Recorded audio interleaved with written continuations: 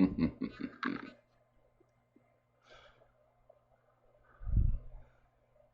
we on? We are on. 10 seconds in. Welcome. Good morning, motherfuckers, to this episode of Smoke to Think On. My niggas, it will be a short one. It's fucking early. I gotta go to this real job shit. Not looking forward to that. But that's life. Like, subscribe, and share with your friends, folks. Check them ads and shit. Anyway, I was looking at three different forms of social media today, and I had an epiphany. Okay. Twitter is a platform, I think, designed specifically for the newly worldly aware 14-year-old girl inside all of us. You see, Twitter is where you go to express your social outrage, your outrage for the world, your teenage fucking angst. So you get a little bit of news on your Twitter feed, right? Scrolling through Twitter, you'll see some shit about the news and things like that. Instagram, on the other hand, seems to be a mix of ego-driven narcissism and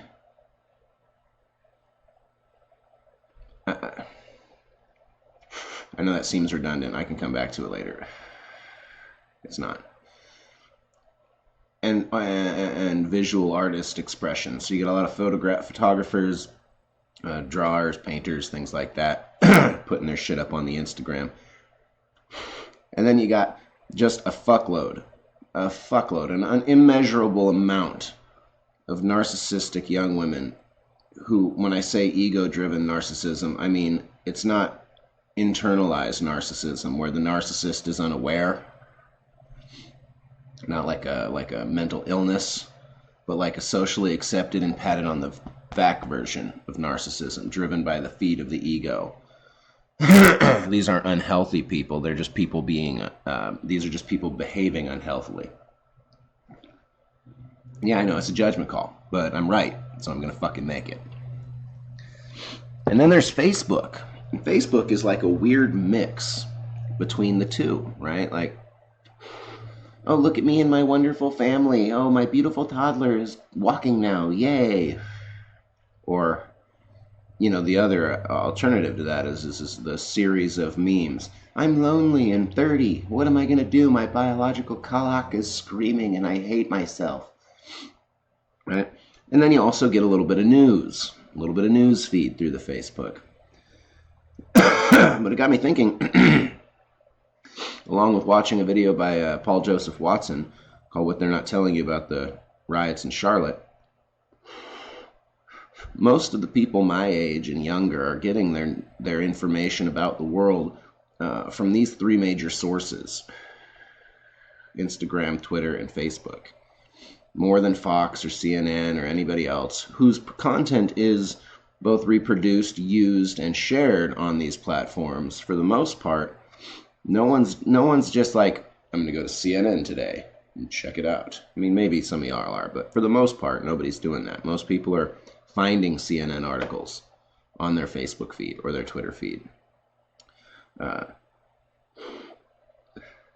Very few people are typing in, art into Google anymore. They just click onto Instagram and they look at what they want to look at. I want to see pictures of buildings. You type in hashtag fucking architecture, whatever, you know. It's just interesting how these technologies are changing the face of free speech. Because while they're private corporations like Twitter, Twitter right up here. Follow, by the way. I got like 3 motherfuckers on Twitter. What the fuck, Twitter? What the fuck, Twitter? Anyway. Twitter is a private corporation. They can censor anybody they want for any reason. They're a private corporation. It's a private platform. If you say nigga too much and they don't like it, they can cancel your account. It doesn't make any difference. But I feel like we are moving into a time in the digital age where we'll need to address that to protect freedom of speech from corporocratic policy. Because It's what it is. It's corporate policy. For instance, Milo Yiannopoulos banned from Twitter. It's bullshit. It is a form of censorship. That's a platform for his free speech. It's like if Walmart came out and told you you needed to get off the sidewalk off your soapbox. Well, if you're standing on a public fucking sidewalk, fuck them. But if you're standing in Walmart's parking lot, they can tell you to fucking leave, right? So it's a real tough nut. Because on one hand, you've got to protect private practice and private business and the ability to run your business however you want, right? Because at the same time, I think it's fucking retarded for a cake maker to not make a wedding cake for two gay guys. That's perfectly within their fucking rights. They own and run the business. It's supposed to be this way in America, where you have the right to refuse service to anyone for any reason. Now, I know what you're saying. Well, what about segregation? That's not okay. It's bad for business, folks.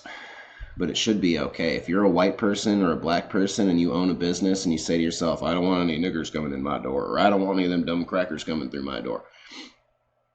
No, both black and white sound like ignorant assholes from the South. Nonetheless, if that's what you want to do as a business owner, you should be free to fucking do that. You should be. Now, likewise, your local fucking community should all be able to look at you and go, what a fucking ignorant piece of shit. Not going to Tom's hardware store.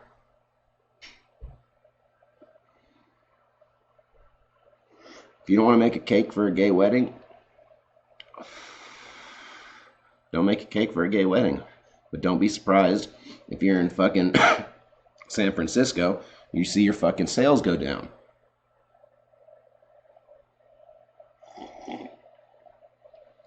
That shouldn't be something we legislate, right?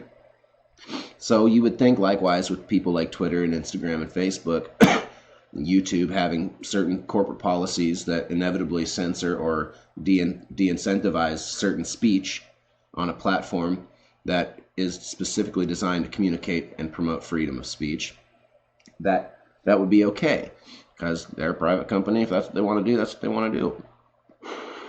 On the other hand, the exception to this general rule here does pertain specifically to freedom of speech. If, as a private corporation, what you operate is a platform for communication and speech, well, then you should be subjugated to the same laws as anyone else in terms of freedom of speech. It's a tough nut. It really is.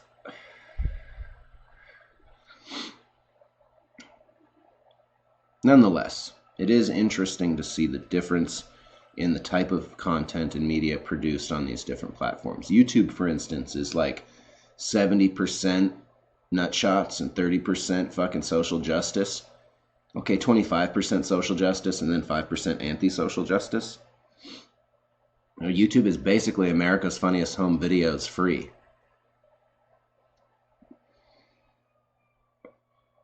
There are people like myself who are trying to produce a little bit more serious content in terms of covering news and cultural memes and ideas, things like that. Excuse me, folks.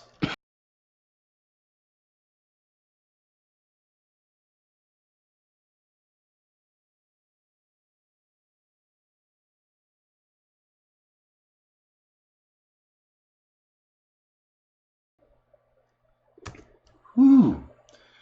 That technical difficulty was this morning's first coughing fit. Fucking A.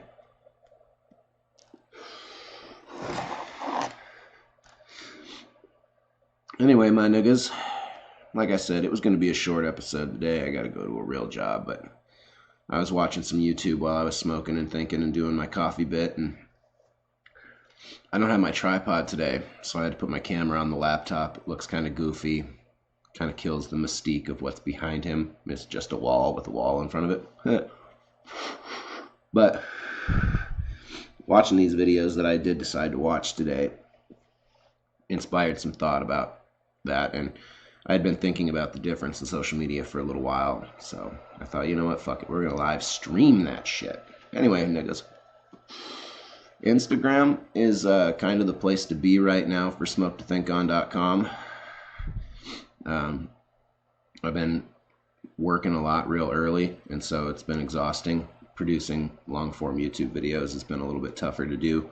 I've been trying to catch it in the mornings and do some live streaming for the subscribers. Thanks to the new subscribers, by the way. I haven't had a chance to pop on yet and send you guys thank you messages, but I will.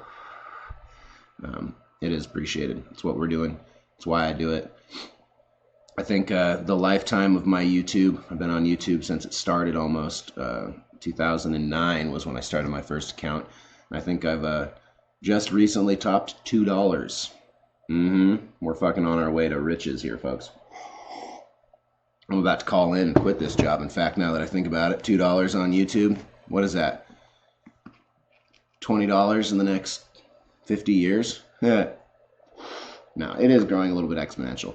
This channel's actually made about $1.30, and frankly, I'm pretty proud of that, because to me, the monetary side of YouTube is it's a metric it's a measure. It's a metric to measure certain element of success. Usually speaking, for a small YouTube channel like mine, people are going to watch the ads specifically to support. Like, all my ads are skippable, right? So if I'm making and generating money for those ads, it means people are sitting there and watching it for 30 seconds. To me, my guess is that's an active choice by those people. So I'm grateful for those doing that, because to me, that shows support. Like I said, the money is a measure. It's a metric to measure support. So thanks for that, and like and subscribe and share with your friends if you just came across us. And do check out the Instagram and follow on Twitter and all that shit. Mostly because down at the Instagram, I do a lot every day, pretty much, at least 1 minute rants. And people seem to like them. I usually get followers every day and likes on every video, so, you know, that's cool. So check that out. And just have a fucking kick-ass day, folks. You're not told enough in the world that you're loved, so I will tell you now I love you. Thank you. Have a kick-ass day. Yeah. And if you don't have a kick-ass day, well, I'm sorry to hear that.